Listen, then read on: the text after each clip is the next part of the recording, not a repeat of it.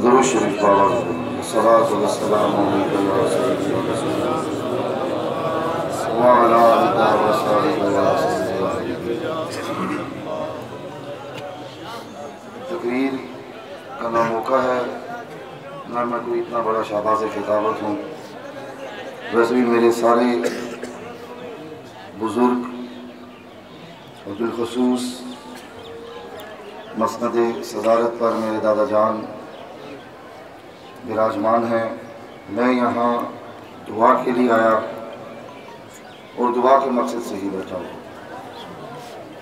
तो हुक्मन उस हुक्म की तामील करते हुए मैं यहाँ आपके सामने हाजिर हूँ। दो गुजारिशात आपकी समातों की नज़र करूँगा। खुदाए बुजुर्ग मुक़द्दर मुझे हक़ कहने की और आपको हक़ सुनने की क़ुव्वत तौफ़ीक़। मेरे दोस्तों, 2 दिन तकरीबन 3 दिन और 2 रातें लगातार यहाँ इस वादी में, इस खित्ते में जगह जगह से अल्लाह और ला इलाहा इल्लल्लाह की सदा आती है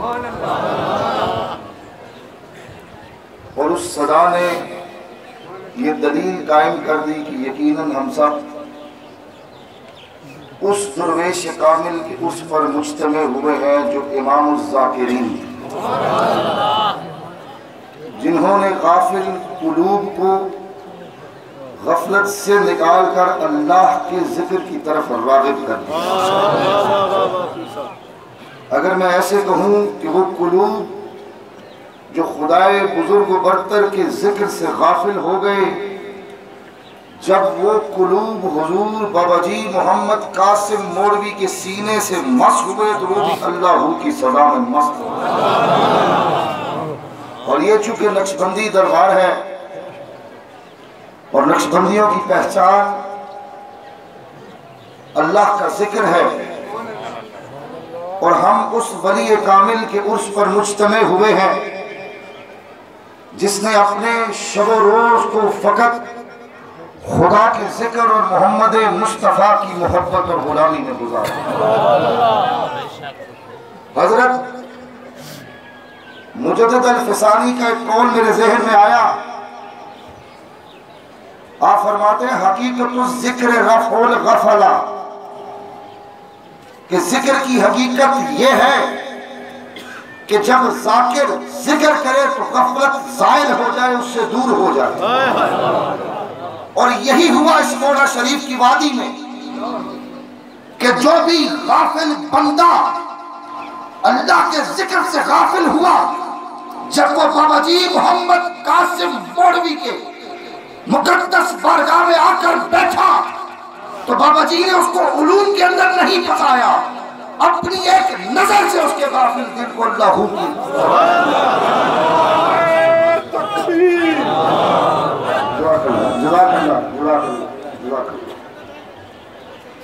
और फिर मेरे ज़हन में एक और बात आई कि जब मैंने अपने परदादा जान इमामुस-साबिरीन हजरत पीर मोहम्मद जाहिद खान बड़ी की जिंदगी को पढ़ा, समझने की एक अदना सी कोशिश की, तो मुझे हजरत सुल्तान बाहू का एक बड़ा खूबसूरत शेर का कथा मेरे ज़हन में आया।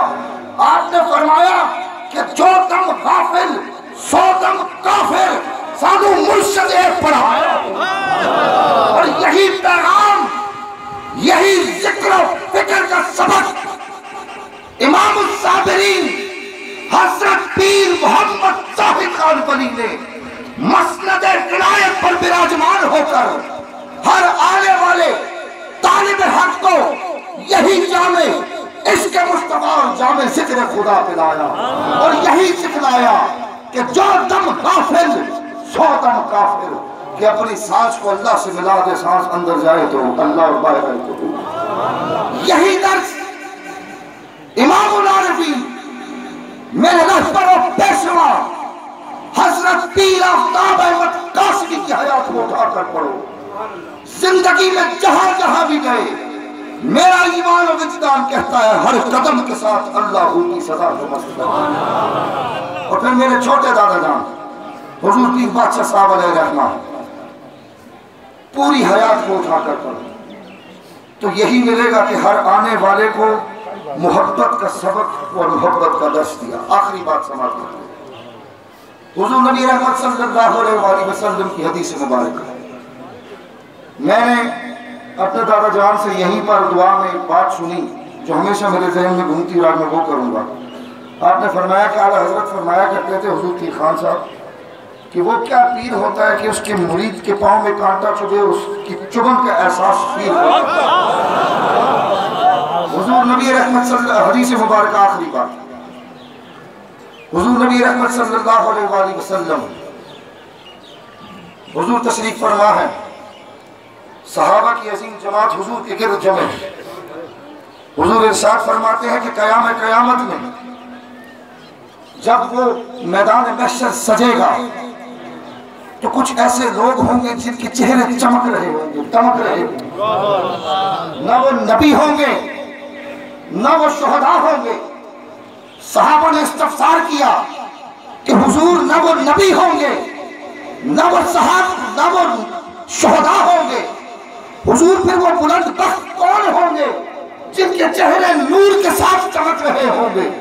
मैं कुर्बान जब वाक़ा ने फरमाया मेरे सहाबा न वो नबी होंगे न वो शुहदा होंगे, वो उन लोगों की जमात होगी तो फकत खुदा की रजा की खातिर खुदा की मखलूक से प्यार करते हैं। और यही देखो इस जंगल और बयाबान में, इस दूर अफ्तादा इलाके में एक मर्द कामिल, एक खुदा मस्ता के बैठा खुदा की रजा की खातिर, फिर जो भी आया सीने से लगा के अल्लाह की सलाह।